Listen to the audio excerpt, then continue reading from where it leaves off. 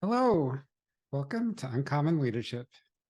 I'm Michael Hunter with Uncommon Teams. Today I'm talking with Melissa Boggs. Melissa is a keynote speaker, leadership coach, and employee experience designer.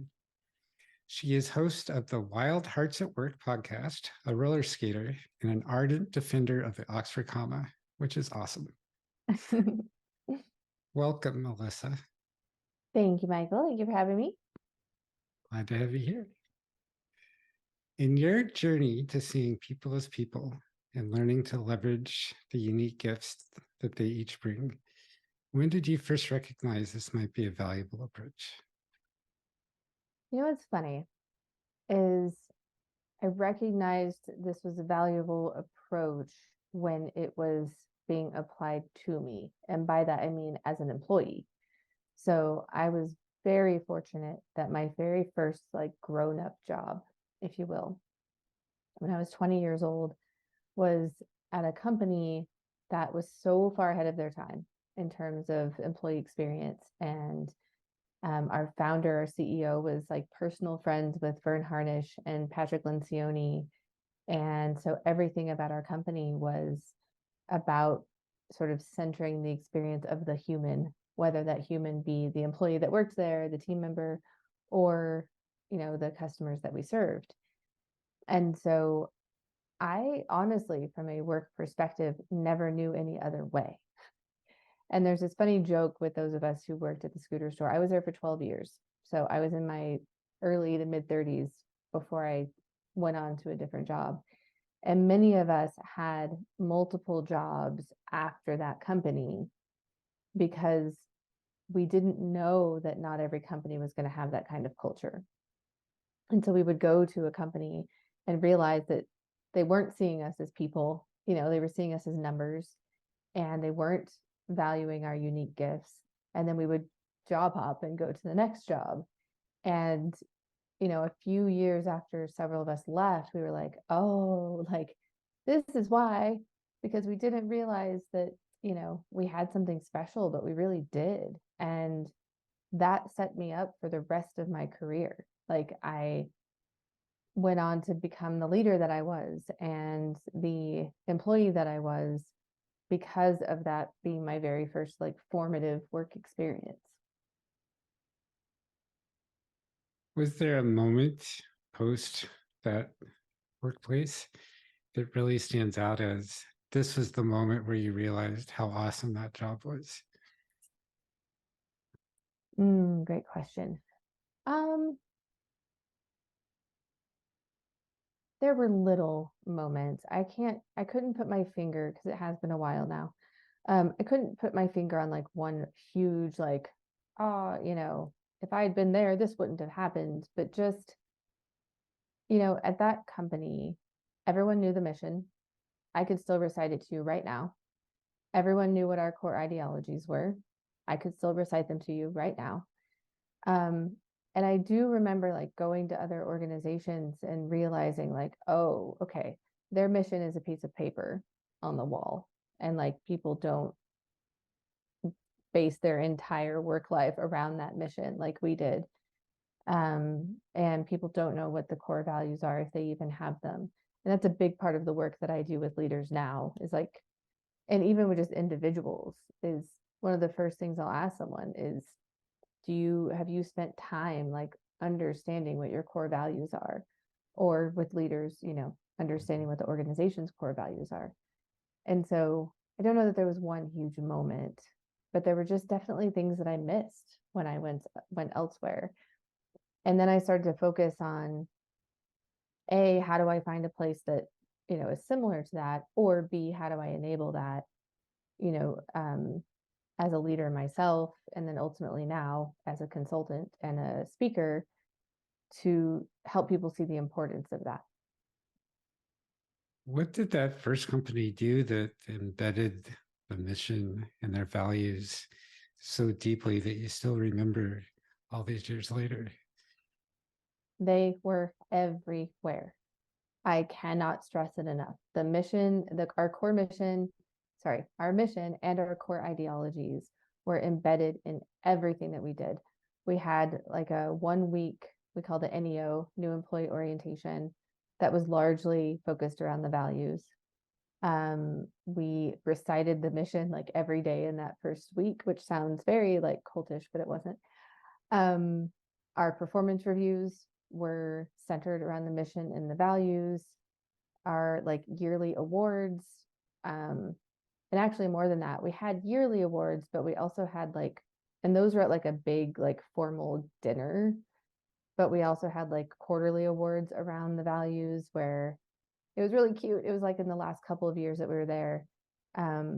If you were a core ideology like quarterly winner, then you would get a bracelet. They were like little rubber bracelets, like the Lance Armstrong ones. There were different colors for each value, and it had the value on it. And so if you had multiple, and you would just go through the quarter with your bracelets on, and like people would know that you were a not like a nominee or a award winner. So like I said, like it was everywhere. They embedded it into everything that we did in a very real, like operational way. And there was a lot of pride in it too. I mean, we embedded it because they did. And so I'm actually part of a Facebook group of alumni from that company. And it was like 2 or 3 weeks ago that someone came on to the Facebook group. It's not super active, but it's still there, and said, "Hey, I was trying to tell my boss the 6 core ideologies and I could only remember 4 of them. Does anyone remember?" Within like 10 minutes, 20 people had responded, some of them with pictures of the posters that used to sit on our desk that they still had.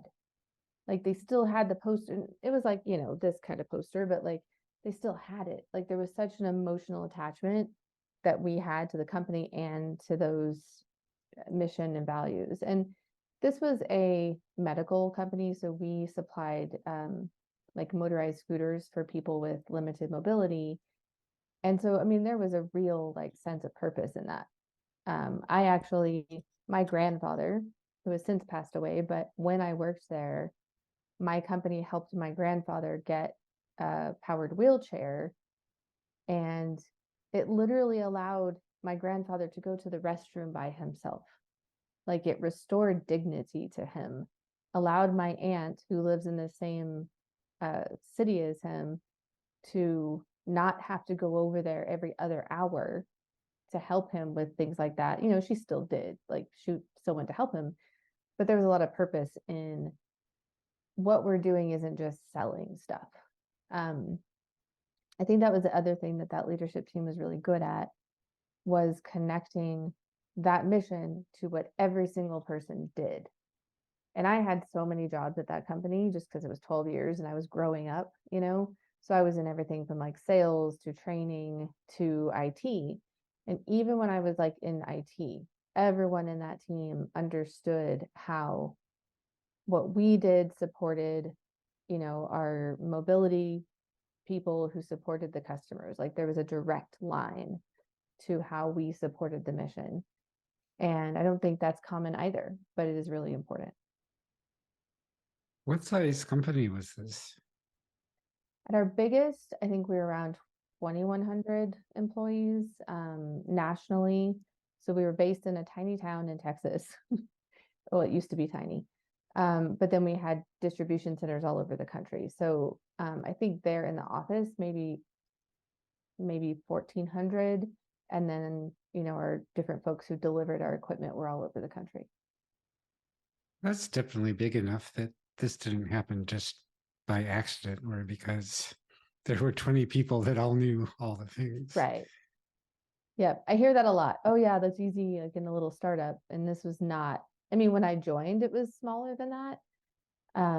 But by the time we got to our biggest, I mean, it was no longer that. But that was the thing too, is that because they did start that type of culture building when we were a smaller company, then as we grew, all of us who had been there were culture champions. Like we were doing the work of culture just as much as the executive team was. And it just propagated itself, which was pretty incredible. If I'm in a company that is not like that, and I want to take the first step towards getting there. How do you suggest I start? For me, the number one propagator, I'll use that word again, of culture is storytelling. But storytelling can be seen as just sort of this like ad hoc thing that you do when you have a chance. And I actually have a talk on this where I talk about like the power of storytelling in cultural change. And one of the things that I always tell people is you have to build channels for storytelling. And that's going to depend on what type of company you are. But I've had a success with a couple of different companies that use Slack of starting a storytelling channel and saying, this is the channel where you tell the stories of the people around you who are embodying the values of our company. Or, for showing up as this is what it looks like to work here. But it could be like, I think about like a childcare center. You could have like a bulletin board where people can write down the stories that they've seen.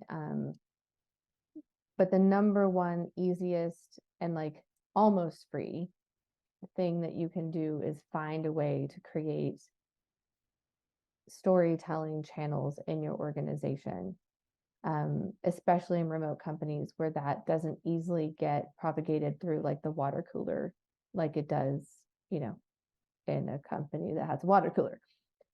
So, yeah. And so these stories are celebrating whatever the thing is that you want to start propagating. Yes, celebrating, but I always tell people that like don't just tell the pretty stories because culture isn't about everything being rainbows and unicorns all the time. Um, I have a really good friend who always talks about like the crunchy bits of culture. And so, the parts that like you came out on the other side of it, but it was not easy, that really difficult like conflict conversation. So I always encourage people like, don't get on and use this as a place to like vent about everything that's wrong with the company. That's also not what we're looking for. But if you had a difficult conversation yesterday and at the end you were able to shake hands and, by doing so, you embodied your company's culture of courage, then go on and tell that story, obviously omitting details that would like embarrass anyone, but just it does two things. One, it shows everyone that they're not alone, because you might be reading that and going, I really need to have this difficult conversation, but I don't think I can. But oh, Melissa did it. It's almost subconscious, but like if Melissa did it, maybe I can do it too. Or number two is it encourages other people to tell their stories. So if you posted a story about how your team had like a really difficult time in their last sprint, if you will, but you came together and swarmed on something, it might cause me to go, wow, we had a similar situation and I really should tell that story too. Michael told that story and he got a lot of support when he told it. So maybe it's okay for me to tell mine too, Yeah. So it's not just celebrating the things that everyone says, well, yes, of course we celebrate. It's celebrating all the things that move in the direction that we're trying to direct things. Absolutely. And I think it's also really powerful when the leader that, the top leader, quote unquote, is willing to go in there and tell their own story. There was a time when I was at Scrum Alliance as the chief Scrum Master, the co-CEO, that I had something that I had been like really struggling with. In fact, it's probably worthy sharing, but I think every leader has had this in some degree. Like I wanted them to like me so much that I was more concerned about being liked than being respected. And that meant that I was avoiding some conflicts that I needed to deal with. And this was early on in my tenure there. And I finally came on and said, like, hey, this is my story. And this is where I have been operating from. And, I hope that I have your support to actually embody our values of courage and, do the things that need to be done. And these weren't big things. It wasn't like I was talking about some big thing, but it was just, I was owning my humanness and showing them that I was a people too, and I got a lot of, I did get support for that. Then people understood that like what I'm doing is for the best of the company. But after I told that story, I definitely saw others come through after and tell their own stories that were, somewhat similar. So going first for leaders in a situation like that is also really helpful. It shows how so often as leaders, we're afraid that if we show our vulnerability and our human side, that people aren't going to respect us anymore. Where the opposite actually tends to be true. That the more we show up as who we really are and are open and honest about what we are going through, the more everyone else realizes, oh, I really respect Melissa for telling us what's really going on underneath that CEO veneer. And that maybe means that I can do this too. Yeah, absolutely. Brene Brown's book, Dare to Lead, she talks about exactly that. And I love what she says because she also talks about not using your team as therapy. So there's definitely a balance, right? There is such thing as oversharing because they are looking to you for confidence to some degree. So being able to say, like, here's what's going on.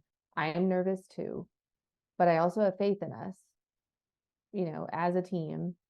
Hopefully you mean that. That like we can figure out, like COVID.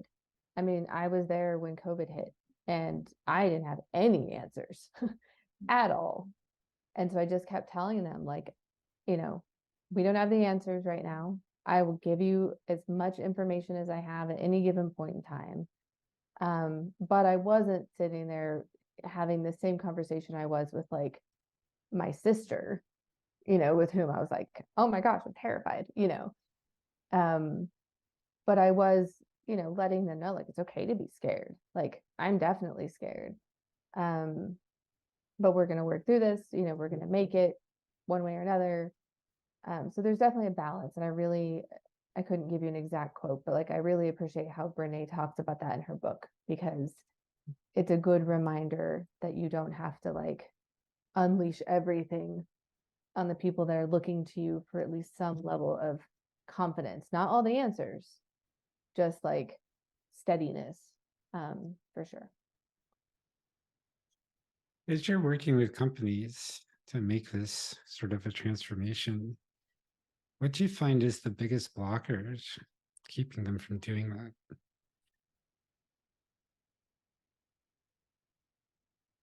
Great question.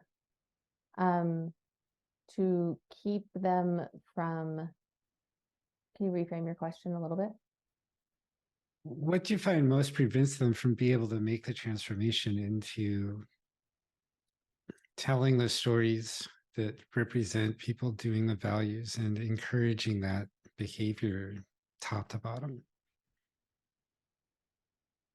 I feel like the answer to any question, I'm probably being hyperbolic, but I feel like the answer to any question that starts with what's the barrier is the answer is always fear. That fear shows up in many different forms depending on the situation. I think when it comes to storytelling, there is obviously a fear of vulnerability. There's also a fear of like bragging or being like self-centered somehow. Like we've been conditioned as we grew up not to talk about ourselves. And so there's a fear of looking arrogant if you told a story in which you might look good, heaven forbid. Which is why sometimes it's helpful to get people to not tell other people's stories, but like tell their observation of other people doing amazing things, just to get the ball rolling. But yeah, there's all of these fears that are always the barriers. Because in that particular instance about storytelling, I mean, in most instances, there's no like regulatory problem or legal problem, unless someone's going to tell some inside HR thing, which still wouldn't align with what we're trying to do there. So more often than not, people are just afraid of what other people think. How do you help people get past that fear? So I have teenagers. So I'm still trying to figure that out completely. But one of the things that I have found useful is asking people. So let's use this as an example that I have someone who has a story to tell, but they're afraid to tell it on the channel. But let's just say that the channel's been going. This isn't like the first story. And if they think like, oh, people are going to judge me. And I'll ask them like, well, how much were you judging Jamie last week when Jamie posted their story? Well, not at all. I wasn't judging them at all. So why would you think that people would judge you when you're not judging? Like, why wouldn't you offer yourself the same grace that you're offering to other people? The other one I always tell people, and this is actually a result of my own experience. I'm a roller skater. And when I first got back to roller skating, I used to feel so self-conscious about like how I looked as I skated. And then someone said to me, probably like 6 months into it, kind of something similar. When was the last time that you were watching other people while you skated? And I was like, oh, like not super often. Or certainly I wasn't judging anyone. If I was watching someone else, it was because I admired them. And it just sort of hit me. And now I tell myself this from time to time. If I do start to get in my head, I'm like, sweetheart, no one's looking at you. Like literally no one's looking at you. They're just trying to stay on their own feet.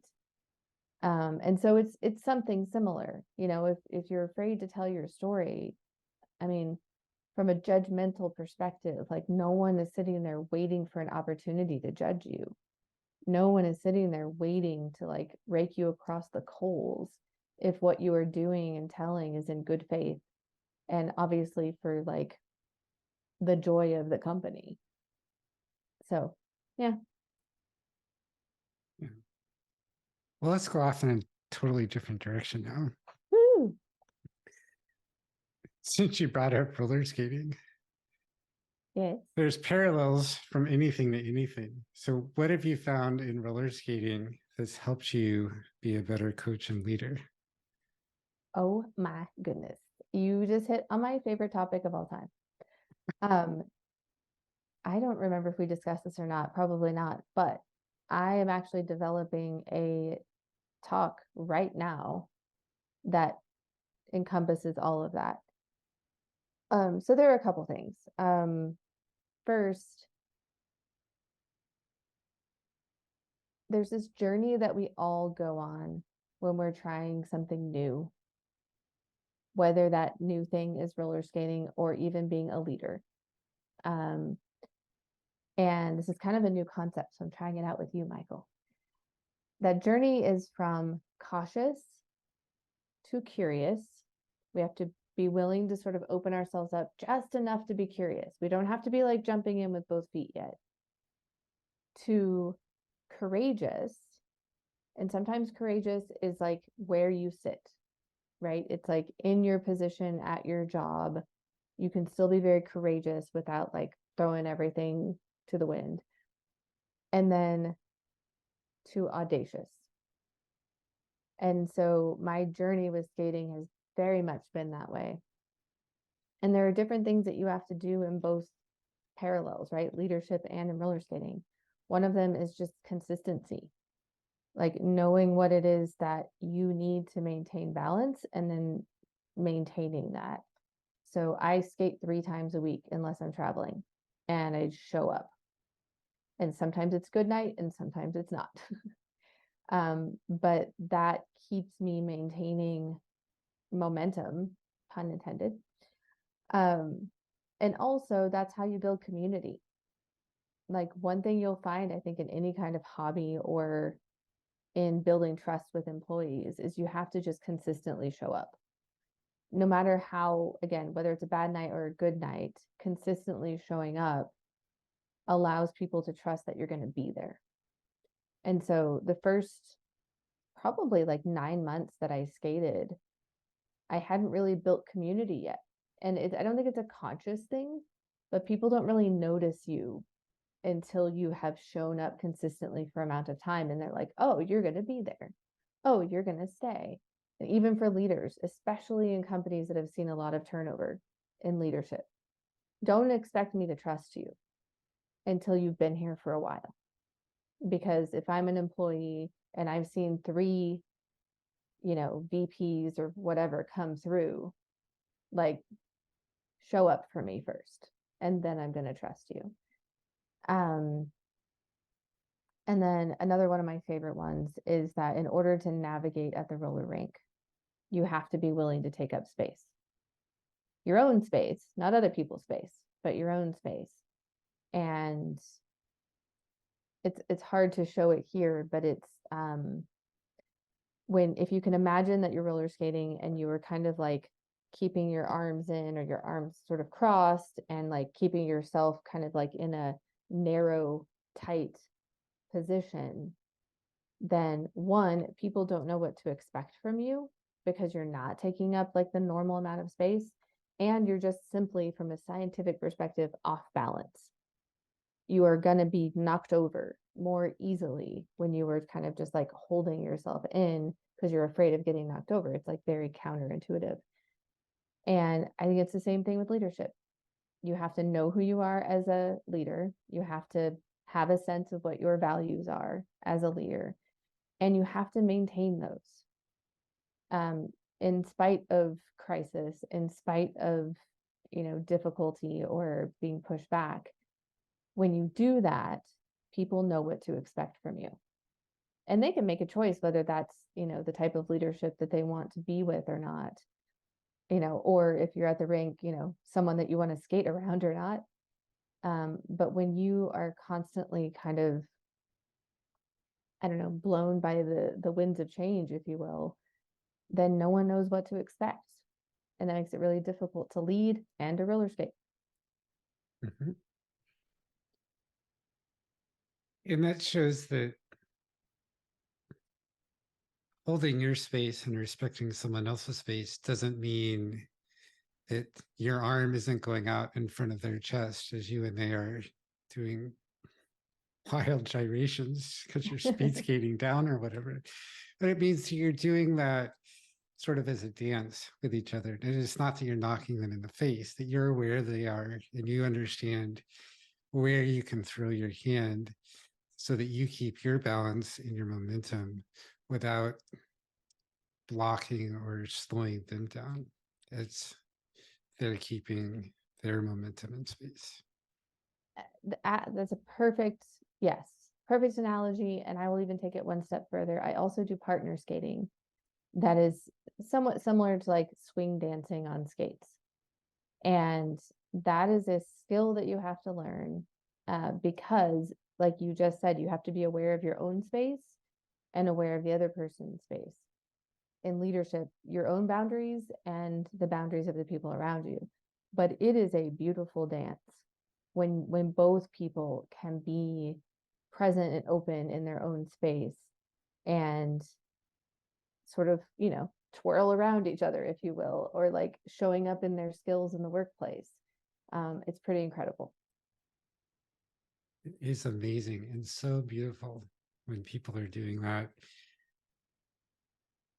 Not even with skill necessarily, but with intention. Mm-hmm. Yeah, totally agree. Someone who is, this is their first time ever on the rink or attempting this sort of partner thing, or the first time leading a team, as long as they're coming up with intention, all of their actions can be super rough and it's still so beautiful. Totally agree. Yeah.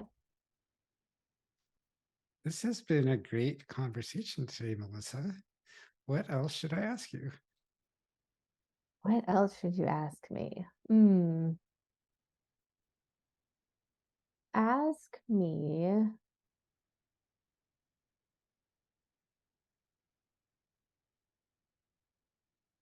Hmm. I'm literally blinking right now. I was so ready for this, and now I'm blinking. Um,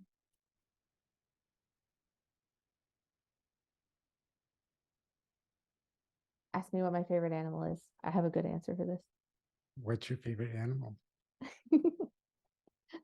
So, I have long identified with the hummingbird.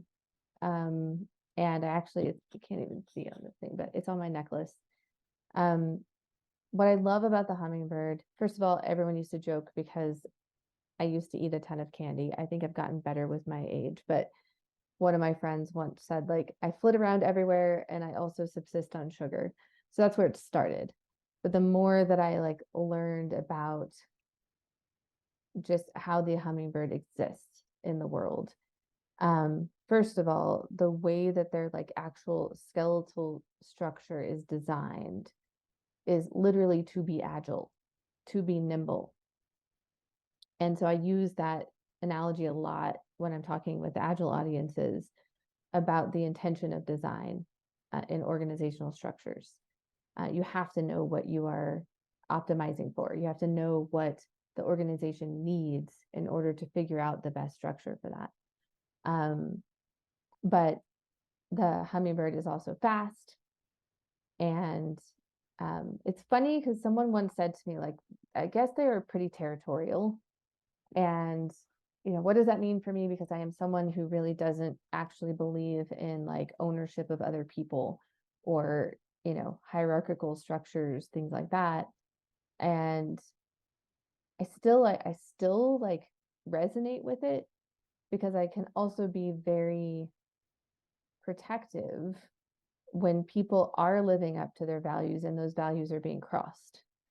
And so it's like I'm still there. I'm still there with the hummingbird.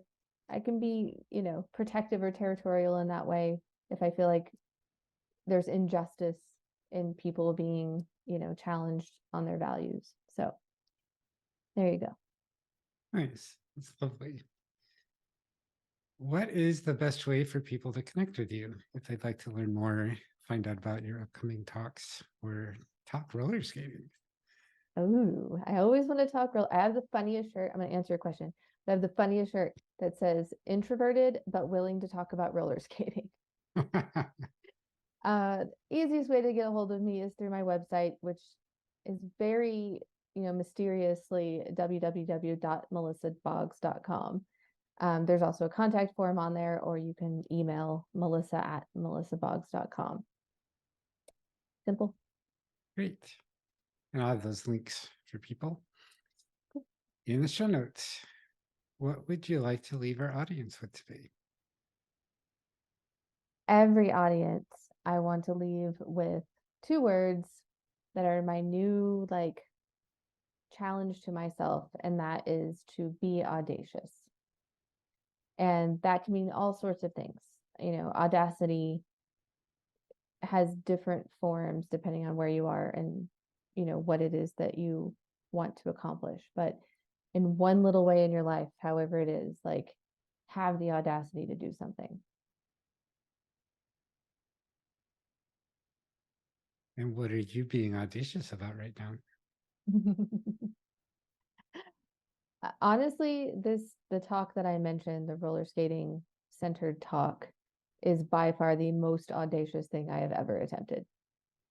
Because it will literally include not just me talking about my roller skating journey and the leader lessons that come from it, but delivering it on roller skates with choreography. It's the most ambitious, audacious thing I have ever done in my life.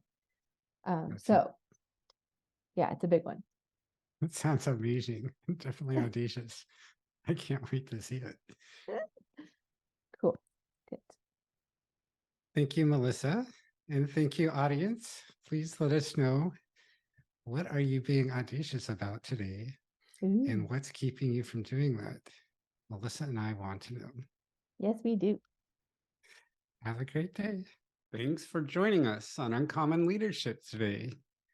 If you found these stories interesting, inspiring, and illuminating, sign up for my newsletter. Hop over to uncommonteams.com and use the form at the top of every page. You'll be the first to know about every new episode of Uncommon Leadership. You'll also discover how you can build uncommon teams. If you'd like to chat about doing that yourself, email me, michael@uncommonteams.com, or use the contact form on my website. Thanks so much.